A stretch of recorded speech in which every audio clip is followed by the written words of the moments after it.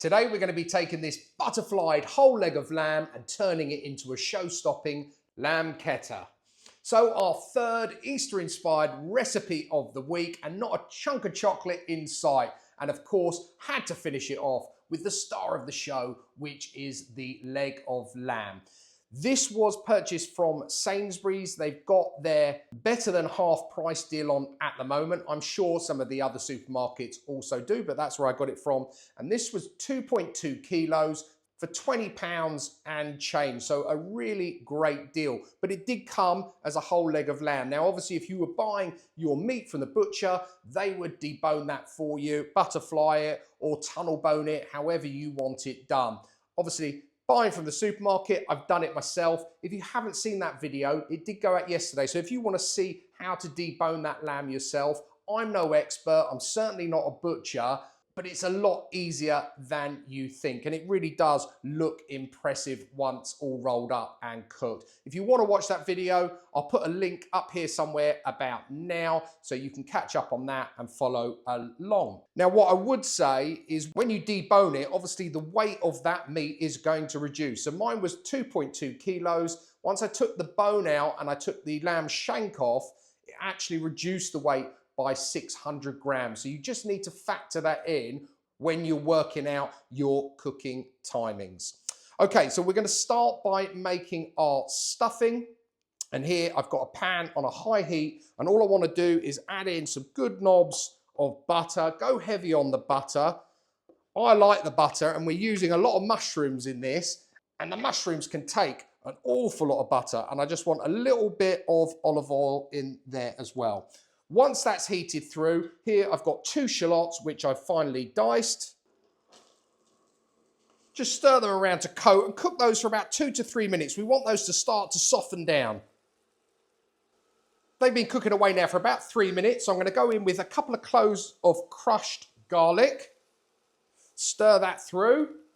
And then next, a punnet of mushrooms. Now I'm using chestnut mushrooms. Use what mushrooms you like. And what I've done is I've chop them up into smallish pieces. Don't be too precious about it. Don't spend all morning chopping it up so that they're all exact. This is all going to melt down and shrink and everything else. So don't worry about it. And I quite like having some chunkier than others. And we want to cook this down now for about another 3 to 4 minutes and let that all reduce down.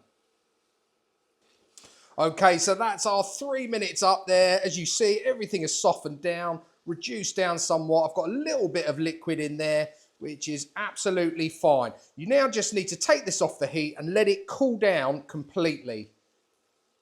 Once your onion and mushroom mix is completely cooled, you're then ready to make up your stuffing mix. And you're going to need some breadcrumbs, and I've just got here 1.5 slices of bread that I've put in my little coffee grinder thing, and it makes perfect breadcrumbs. And we want to add our mixture to those breadcrumbs.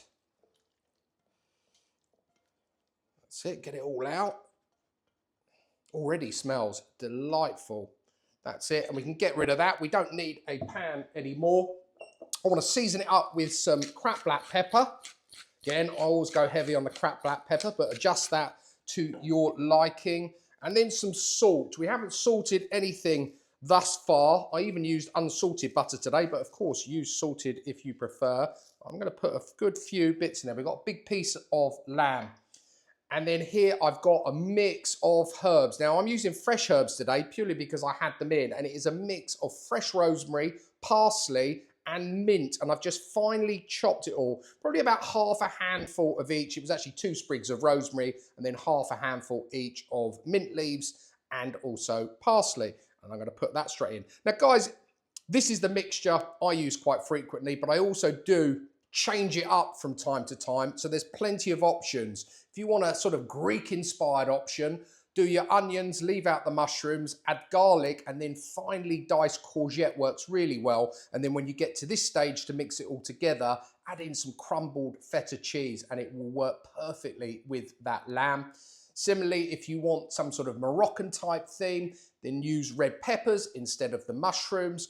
Again, when you get to this stage, you can add in some really nice herbs and spices in there. Some cumin or some ground coriander, za'atar mix, whatever you like. So just be creative with it. but this is a firm family favourite and it's going to go really well with our gravy that we're going to be making.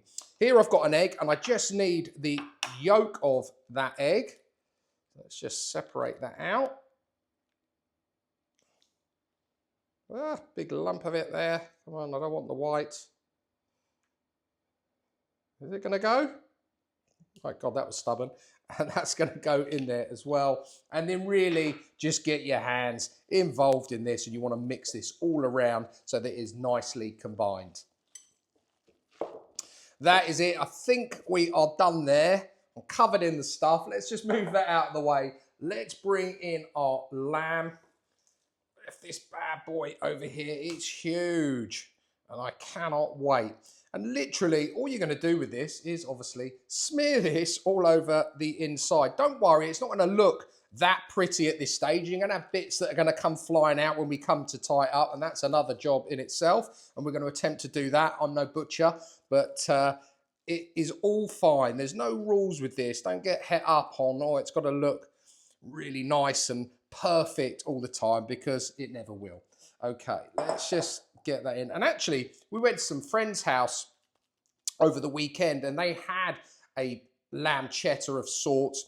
It was beautiful actually, but it's so expensive these days. It was like 50 odd pounds. So if you find this Sainsbury's one at 20 quid and doing this yourself, you should be, by the time you've made up your filling and everything else, you're well under 30 quid and you've had the fun of making it yourself. Okay. That is it. That is stuffed. What we now need to do is roll it up. So I'm just going to take it from this end here. I'm going to roll that one in as well. You could roll it the other way. It's entirely up to you. And just roll this over on itself like so. As I say, it's going to look pretty big, pretty round. But there we have our Lambchetta, all nicely stuffed. If you're getting bits pop out, just chuck it back in. Don't worry about it. That's it, all those bits in there. And if you have a look, that stuffing is nicely on the inside there. Okay, so let's attempt to string this up. So you're going to need yourself some sort of butcher's string. What I like to do is have my hand over here. We're going to go underneath. And then we're going to bring that over. And I'm going to push this in, so hopefully you'll be able to see this. Put my string down there. Get your fingers. You want to go round your fingers, bring it back over, and then through that knot. You're basically making a slip knot. And then if you pull on it, it should tighten up like that. You just want to make another knot there. Get your knife and then cut it up. Leave yourself a little bit of excess on there as well, guys. Look, as I said, I'm no butcher. I'm definitely not professional. And if you want to learn how to do that professionally, I'd probably look at another video on YouTube, because there'll be people on there definitely doing it a lot better than the way I do it. So I'm going to continue doing this, go all the way along, and then we can talk about oven timings and temperatures. Okay, so I've worked my way all along. It's nicely sealed up. There are little bits of that stuffing, but I have really stuffed this full to the brim, but that's fine. It's going to end up in the pan. In the pan, I've got some more of our shallots. I've left the skin on. I'm just going to make a trivet out of those. They're going to add a nice addition of flavour to our gravy when we come to make it later. And I've just got another sprig of rosemary. I put another sprig of rosemary on there, and I'm just going to plonk that on the top. And to that, I just want to add a little bit of olive oil, not too much. Just a little smattering, and then just rub that in. Now, if you've made this up now, this will sit in the fridge for up to 3 days. So you could do all of this ahead of Easter Sunday if you were having it on Easter Sunday, or any Sunday or any day of the week. Just get ahead of the game. And as I say, 3 days, absolutely fine. If you're roasting it now, you need to preheat your oven to 200 degrees C fan. And you're going to cook that for an initial 20 minutes. After the 20 minutes, reduce your oven to 180 C fan, and you want to cook that for 15 minutes per 450 grams. Or if you like a little bit more well done, I don't, I like mine a little bit rare, especially with a leg of lamb, then just up that to 20 minutes per 450 grams. So for me, this without the bone. By the time I'd taken the bone and the lamb shank off, it was coming in at 1.6 kilos. So for me, I'm going to roast that for that initial 20 minutes and then 15 minutes per 450 at the 180, which by my maths is around 52 minutes or 55 minutes, somewhere around there. What you're looking for is an internal temperature, and that's always the safest way to play it, of 62 degrees C, because when you pull it out, it's going to continue cooking. So I'm going to put that into the oven. When it comes out, we're going to let it rest, and then we can crack on and make our lovely wine blackcurrant gravy. Okay, so my lamb is done, and as you can see, it has shrunk somewhat, but that's absolutely fine. Our stuffing is still inside. So I want to take it out of our tray here, and I'm going to allow that to rest. The longer, the better for me. I've got some foil here. We're just going to cover it up just loosely in that foil. Doesn't need to be too tight, and I'm just going to move it back over around here for a second. And then here we've obviously got our pan juices, which we're going to use for our gravy. But what I want to do, sorry, I've had it out of the oven for a few minutes now. I want to drain off most of this fat. I don't want all of that. I want some of it, but certainly not all of it. Some lovely juices in here, and those onions, all of those mushrooms and everything else that was in that stuffing will have contributed to the lovely flavour in here. That's it. That looks good to me. Let's get rid of that. Got my hob here. Let's bring it in. That's it. Put that on there, and you just want to get this bubbling now to just bring it back up to temperature. That's it. That didn't take long at all. I'm going in with some white wine. Not tons, just a bit. Again, bring that up to a simmer. Just stir it through. That's it. And then to that here, I've got a heaped tablespoon of plain flour. So let's get that in there. Again, you want to cook this flour out. Stir it. Make sure that pan's not too hot. It's fine. Stir that through. And this is what's going to thicken up our lovely gravy. That's looking good to me. Next in with your stock. Now I'm using beef stock, but replace that with chicken or lamb stock if you prefer. And for that amount, I'm going to start with about 300 millilitres. We're going to be adding some more. I just want to incorporate that first. Just allow that to come back up to the simmer. That was actually hot stock, but I think it's because I'm on this small little hob here. It doesn't quite cover this whole pan. That's it. That's all incorporated. I'm going to top that up with a little bit more of that beef stock. Again, just mix it in. I then want to go in with a couple of dashes of Worcester sauce. That's optional. I quite like that vinegary note against the sweetness that we're about to add in, which is our blackcurrant jam. Again, replace this with something else if you want. I'm going in with a good, I don't know, what's that? Good tablespoon and a half there of the old blackcurrant jam, and stir that through. This is going to give a nice sweet note against the richness of that lamb. And once that's done, you just need yourself a jug and a sieve like this, and then just pour that through there. Obviously, we don't want all those onion pieces and what have you. Just do it a bit gradually and let it drip into something that you're going to be able to decant from into another jug that you're happy to put onto the table. As a matter of fact, I've just got a spoon here. Just give that a little helping hand. And that is it. Just push it through. Obviously, get as much flavour out of those onions and that rosemary and everything else that you possibly can. And once you're happy with that, and of course you can up the quantities on this, guys. Just add more flour and more stock, depending on how many people are eating. And I'm just putting this into a nice warm jug here to serve at the table. And it's just fits perfect. Love that. Okay, so that's our gravy done.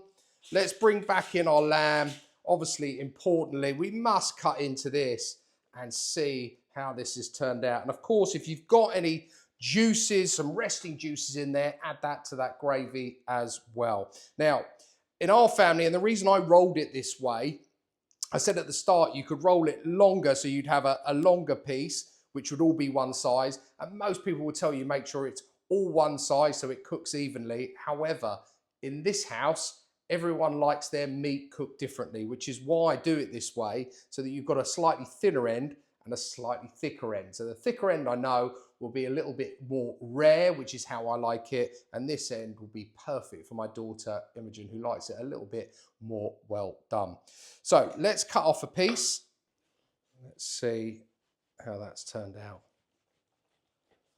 Sounds nice and juicy. Oh yeah, that's exactly as I like it. Look, blushing there in the middle. So I know that further down this end, it's going to be well done, which is exactly the way my daughter likes it. And if we look at the other side, look at that. You've got those nice rare bits and that beautiful stuffing in there. So let's just cut a little slice to try. Of course, we've got to try it, haven't we, after all that work? Just a nice slither for me. That'll be perfect. Get some of that stuffing. Oh yeah. And then obviously some of our gravy, a little drizzle of that. And let's see how we have done. To be honest, I could probably just drink that gravy. I know my wife absolutely would just drink that gravy as is. And as I say, guys, I said it at the start, if you like your lamb more well done, just add another 5 minutes per 450 grams onto that cooking time. Right. Moment of truth. Enough yabbering on.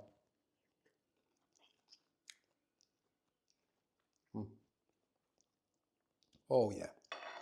That is sublime. That gravy is something else.